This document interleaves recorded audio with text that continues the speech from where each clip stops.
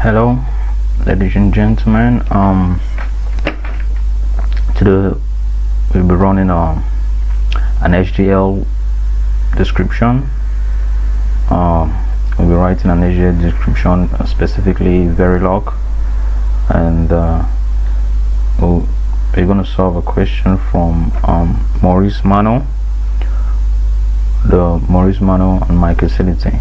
So here is an example in the textbook, analysis with Z flip-flop, and so in figure 5.17 there is a logic circuit with the state diagram and the state table. So this right here is what we are going to implement with Verilog. So this is just an analysis that or this is a circuit that dictates an odd number of ones. So if you have like we know in a combinational circuit, an XOR gate dictates an odd number of ones in an input, but this right here is a sequential circuit that dictates an odd number of ones. Like look at the state table. So if you have an odd number of ones in the input, the inputs, look at the inputs, we have the present state and the two inputs. So you consider them, all the different the possible combinations with these three inputs. There are 8 possible combinations if you count all of this. And so for all the 8 possible combinations, any combination that has an odd number of ones, then the output, which is the same here as the next state, is going to be 1. So look at the second case. We have 1. There is 1 1. So this odd number of 1 here. In this case, odd number of 1. In this case, there's an even number of 1. There's 2 1s, so it's 0. In the last case, there are 3 1s, so odd number of 1. So the output, which is the next state, is 1. So this is what we are going to implement in Xilinx ISE. So let us go. So first of all, there are 3 questions that we got from Maurice Manuel. So here is the question. So the question says simulate question 5.28. Simulate the sequential circuit shown in figure 5.17. This and to simulate it, the first question also says write an HDL description of the state diagram. That is the behavioral model. We're going to use a behavioral model to model the circuit, and then we're going to use a structural model based on the logic diagram to model the circuit, and we're going to write a test bench or a test fixture to test the design. And so let us start. So here is an ISE, Xilinx ISE that I've already launched, and here is a project that I created, call it Problems from Maurice Manuel. And I've had some other models that I've run, the more zero detector and stuff. So I'm going to create a new model. I'm going to create a new model here. So to create a new model, you just saw what I did. I just right click and say new source, get the Verilog model. You don't want to take a VHDL unless you want to write the description in VHDL, but I'm going to be using the Verilog model, and I'm going to call it I think I'm going to call it problem 5.28. Problem 5.28.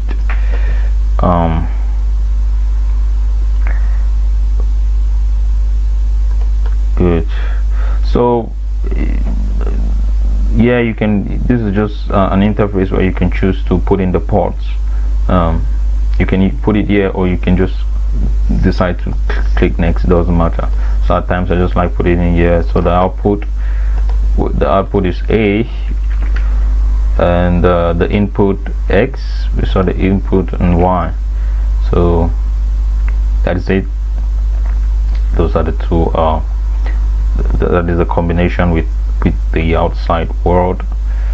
If you look at it here, X, Y, two inputs, and A, which is the next state, is an output.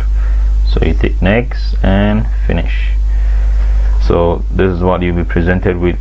So initially, since we're doing a structure, behavioral model with we're going to be using the state diagram. That is the behavioral model. So now we have to define a state, define the two states, and the states will have to be rec, since they're going to be outputs of the always block. So it's going to be rec, because you know,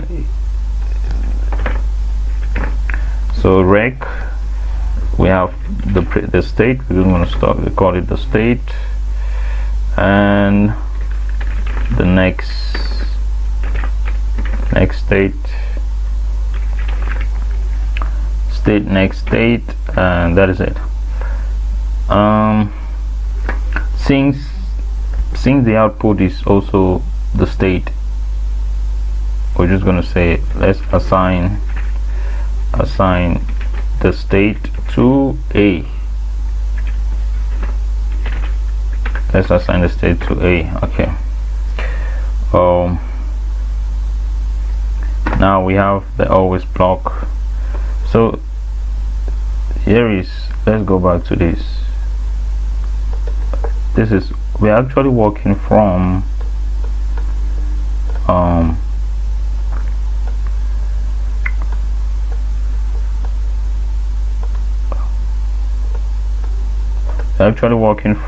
this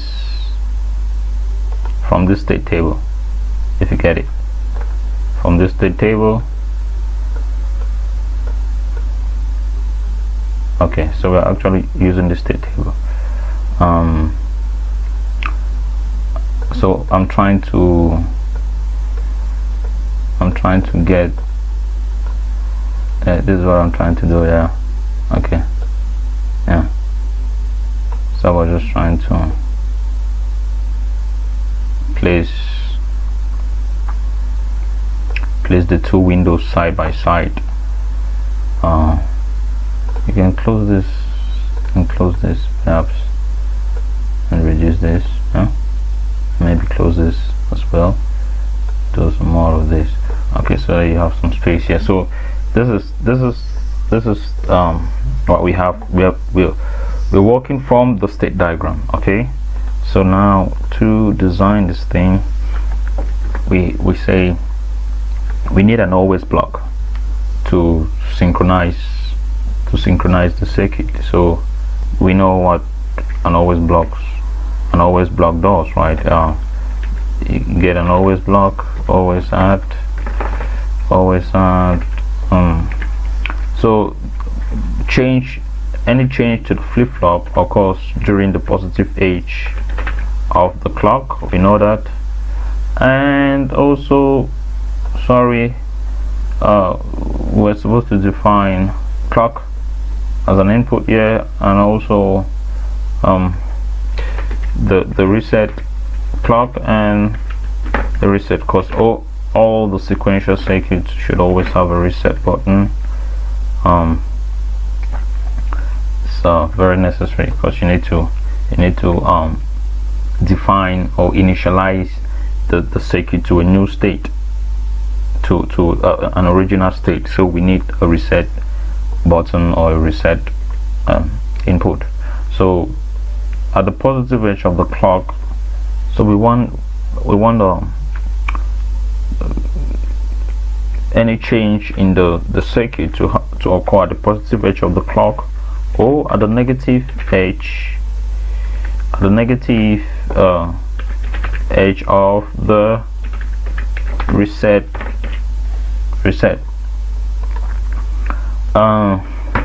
So since this is an active low reset, so it implies, if we're going to say if the reset if the reset is equal to 0, this is an active flow reset. So if the reset is equal to 0, reset the output. Okay, that is, set the output to the original state. By the way, we can define a constant here. We can define a constant here. There are the state. We can define a constant here. We call them parameters. A constant here, we call it a parameter.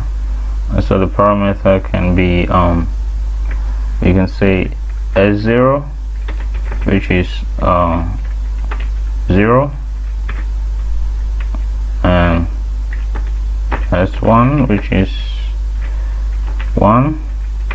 That just means 1. That just means 1 byte.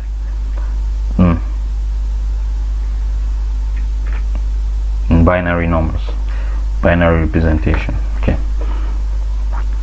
Okay, that is a parameter. So we're saying that if the reset button is if you set the reset to 0, if the reset is set to 0, what we have to do is let the state be zero, so S0, right? And else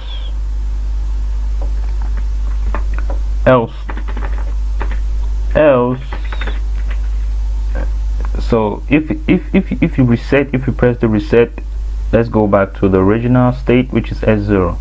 Else, let us go to the next state. Oh, sorry, this has to be a non-blocking, because we're dealing with it has to be concurrent. It has to happen at the same time. Else, let the state be the next state. Now the thing is, we haven't defined, okay, the next state. We have defined the next state here. I just use the comma case. Next state. So let the state be the next state, and that is it. So this always block defines what's happening to the state, when the state changes and whatsoever. So now we have to form the next state. How the next state form. So we're going to use now you could use so many, you can implement this in so many different ways. You could use an if-else statement, case statement, an operational or a conditional operator. You can use whatever you want to use. Now this state, the next state depends on the next state depends on the input, which is x, y, and the present state. Because this is the sensitivity list, right? And the state, and the present state, which is the state. Now we're going to use a case here. So we're saying that if case, the controlling case here is the state.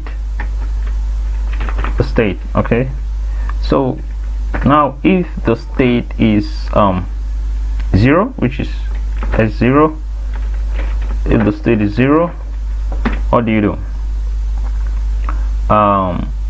We're going to use the nested case. In the state 0, it could be, look at this, if the state is 0, it could be 0 0 or 1 1, and it could be, and that's xy could be 0 0 and xy could be 1 1, or xy could be 0 1 and or xy could be 1 1.